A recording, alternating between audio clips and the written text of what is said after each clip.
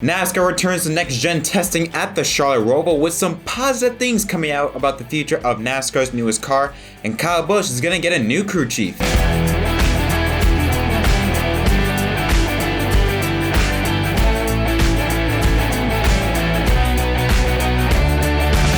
Yo, what is up everyone? My name is Jeff Krause and welcome back to another episode of Inside Lines. Hope you guys are having a good night. Before we get into this show, don't forget to leave a like and subscribe for more content for more episodes of not only Inside Lines but other original content later here in the off season. We have two stories to talk about, both in NASCAR, but we're going to start off with Kyle Busch. So Kyle Busch's 2020 season, well, let's just say forgettable to say the least. Only one win at Texas.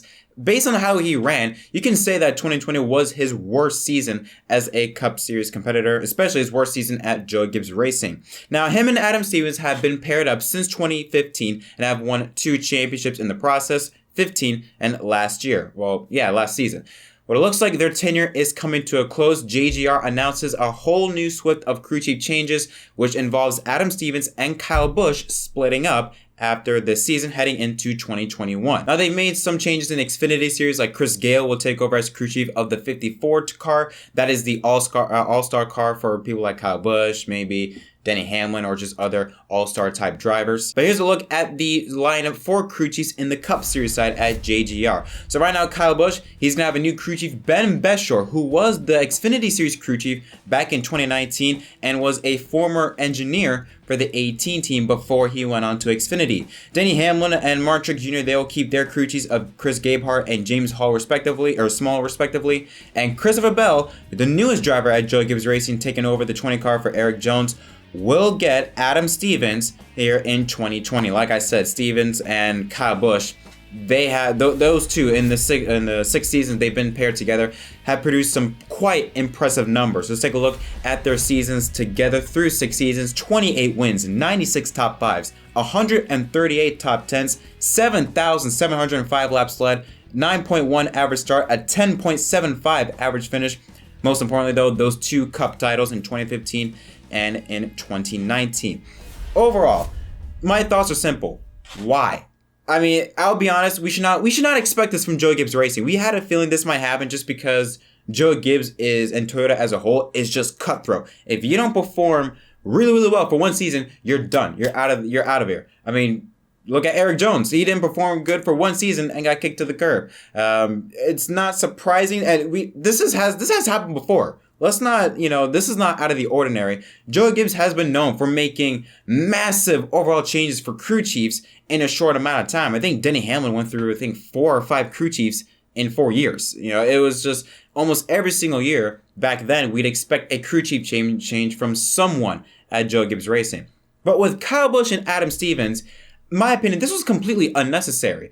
You make the argument, yes, 2020 was Kyle Busch's worst year, but you have to understand the situations and the circumstances they were under. They had 0 practice and 0 qualifying. Now, I know Hamlin, he excelled, 7 wins this season, which fair play. Maybe for some teams, they need that practice. They need that experience on racetrack before Sunday in order to really show what they've got. I really believe that I think they should have left Kyle Busch and Adam Stevens together at least for one season. 2021, we're still going to have, show up and race, but we are going to have, in some races, qualifying, maybe even other races, practice and qualifying. So, and I think now knowing that they went through a season under this new environment, maybe 2021, I thought, okay, Adam Stevens and Kyle Busch, they could get everything back together and get the ball rolling, because 2020 was just a really off year for everyone. Some people performed, some didn't. But I think to split them up after a season like that, where it was anything but normal, I think it's just completely unfair and unnecessary. I think Adam Stevens is a great crew chief for Kyle Busch. He's able to take in the outbursts that Kyle Busch is widely known for, and able to just contain that, talk him down like, hey, keep him calm. Keep driving. He's able to do that, I feel like, when we've seen this on Radioactive, him being able to calm Kyle down, or as sometimes even argue with Kyle Busch to get him to shut up and keep driving. So I thought for sure Adam Stevens and Kyle Busch would have been a really, really great pairing, like Kevin Harvick and Rodney Childress even. So to see them split up is disappointing because I don't feel like it was necessary at all. You know, 1 year, it was an off year, you know, and it's not like to say that they didn't have speed. There were some races that they had speed, just had bad luck. But to completely split them up after one season like this, I just didn't find it necessary. We'll see what Ben Bishore can do for the 18 car, but I'm also interested in seeing what can Adam Stevens do with Christopher Bell, because with Bell now going into JGR, he's going to have a veteran crew chief on top of the box, so that it might help Christopher Bell, but I don't know. I'm not a fan of this change whatsoever. And now let's talk about the NASCAR Next Gen car that will be debuting at Daytona in 2022. The last time I believe that the Next Gen car was out on track was maybe Dover with Cole Custer. I could be wrong about that. But regardless, it's been a while. But now they are back on track. And this time, for the first time ever, they brought two cars. Kurt Busch and Martin Truex Jr. Kurt Busch drove the P3 prototype, the RCR NASCAR powered car, while Martin Truex Jr. drove the Ford powered car of Action I think it's a team called Action Express. That is an IMSA team. Some things are different from the P3 prototype, but they are still there to help test out, give information for NASCAR's next gen car. And we're going to be relaying a lot of information from Bozy Tatarevic. Was it Tata Revic? I do apologize if I pronounce your name, but he basically just gave a full rundown of everything that took place during that test session at the Charlotte Roval. I'm going to take a look at some pictures and some thoughts from Truex and Kurt Busch on what they feel of the race car. All I'm going to say before we get into it, it's all really positive. Basically, Busch and Truex both said that basically everything about this car is better than the Gen 6 car, which is what we want to hear. We're also going to take a look at articles from Auto Week that dove into a bit more of the exact things that NASCAR and the next gen is what they're looking at and what they want to perform at and things like that. First, we're going to take a look at some images from the test session. I want to take this first session. This is going right before they enter the bridge, as they enter into the infield of the Charlotte Roval. That is a beautiful sight to see. The car, first of all, the car, it looks bad. It looks bad fast. I really like the style of the race car. It's wide, but it still looks small and it looks mean. But most importantly, it's asymmetrical. That is very, very important. One of the issues with the Gen 6 car was, if you take a look at a car, especially on a mile-and-a-half racetrack, the left side is no problem, but the right side, it looks almost completely, there's none of these bumps or curves, nothing like that. It's all straight. Or you'll see the teams have the car yawed so that it can be almost drifting into the corner. That's why whenever a car enters the corner, and with the way the right side of the car is built and how they yaw the car, with that air hitting on the right side, it creates side force. And when you're racing side by side with the car, the guy up top, he's getting all the good air, hitting his race car, keeps it going straight. The guy on the inside is getting zero air, which makes it nearly impossible to control, which of course hurts side-by-side racing and you see less passing. This has been widely evident. So it looks like that NASCAR is trying to eliminate side force, which is a really good thing. Now, another key feature to point out is take a look at the car. You see air, you see stuff. It's not solid to the ground. It's not sealed off onto the ground. There's some air. There's something underneath the car. That is also really good. Having the car sealed off to the ground. I know it's a safety issue because when the car's not sealed to the ground and the car spins around, air can get underneath it. I get that's a problem, but if you take a look at 2006, 2007, near the last years of the Gen 4 car, they were able to fix that and still have good racing. Now, obviously, this is what NASCAR wants. This is a NASCAR-built car with RCR. More than likely, when Chevrolet, Ford, and Toyota get the cars for 2022, they're going to find a way to seal them to the ground. It's just they're going to find a way. But the good thing is about that is that they really can't do that. If you take a look at the car, first off, the front of the car, the front splitter, it's physically impossible, really, to seal that car off, at least from the front of the car. The reason for that is because they have that little X3 splitter where basically the sides are on the ground, but there's like a little hole in the middle of the splitter. So it's nearly impossible to seal it off.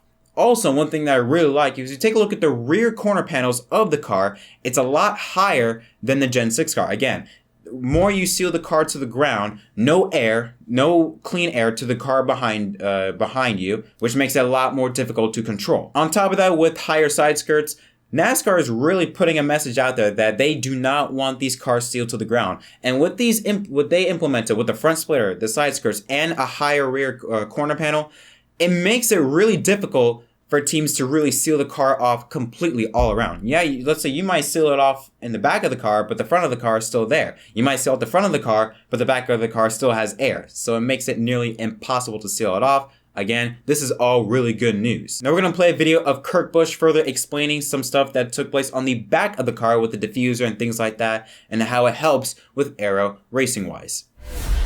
But awesome feel with the car. The gearbox is so much fun, the sequential gearbox. The brakes, I want to show you guys the brakes are much bigger. 18-inch wheel with a center lug.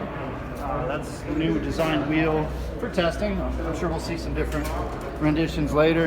You guys gotta come around the back of the car, check this out. Huge rear aero diffuser to help with rear stability. It's going to be great on the oval to feel that main difference of aero platform underneath the car and try to make the top of the car less sensitive, so that way it's better in traffic. But we'll get to that point. It's going to be fun on Wednesday to go out there with Truex. So now we're going to read some stuff from the Auto Week article that talked about, that went a bit more in depth with the next gen car. It explained how the car had an independent rear suspension, a departure from the tried and true solid axle rear suspension. Also with the car having 18-inch wheels and lower profile tires with a single lug assembly. It features a sequential shifter instead of the traditional H pattern. The overall package more closely resembles elements of a sports car with stock car overtures. Now I want to point that out. First of all, with the 18-inch tires, basically with how the tires are structured for the next gen car, it allows for Goodyear to make softer tires. Now, obviously, when you take a look at past NASCAR races, it's based on how, because you have to build a tire that works with the car. Simply that. Based on how the next gen car is built, and with the tires that Goodyear is bringing to make racing much more entertaining, with softer tires, first of all, softer tires already makes the racing a lot better, because tire wear, you can get a lot of grip at the start of the race, but as you get longer and longer into a run, you're going to see that tire wear start to fall off, and you're going to see a lot of comers and goers, compared to if you were to bring a hard tire compound. It's more really track position will be the storyline, and that's not really entertaining. Also with the sequential gearbox, I believe it goes up to 5 gears instead of the 4. I think Eric Jones at Homestead showed a video of him going up to 5 gears. But apparently with the sequential pattern, Kurt Busch said that he really likes it. He said, quote, "With the sequential gearbox, that's the most fun. I love shifting through the gears. Sequentially, you have to go to 2nd, 3rd, 4th, 5th, and then you have to go back to 4th, 3rd, 2nd. It's not your typical H pattern that we've had, so this gearbox is fun to drive. The brakes are much bigger, and the car can stop a lot quicker." Busch even called the experiment fun, exciting, and different. Those are the first two. Pretty important, fun and exciting. Now, because of that sequential gear pattern, or the sequential gearbox, Kurt Busch also talked about that, yes, the car, you're able to brake harder, but you're also able to hit the accelerator, hit the throttle a lot harder, and you can actually feel it. And that's another thing. Compared to the package we're running nowadays, it's more or less a momentum type package where you might hit the gas, but it's going to take a while for you to feel it, if anything.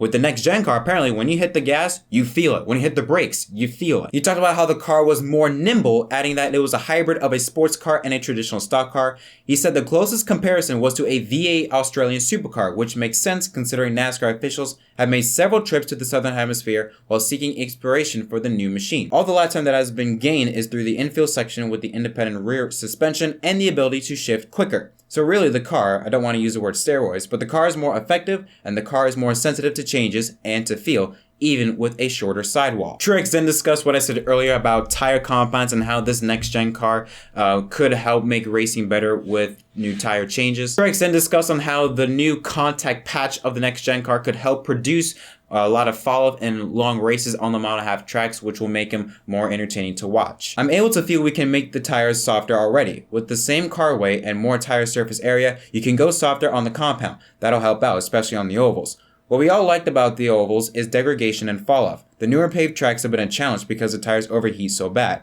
Typically, the tires have to be so hard for a big track like this.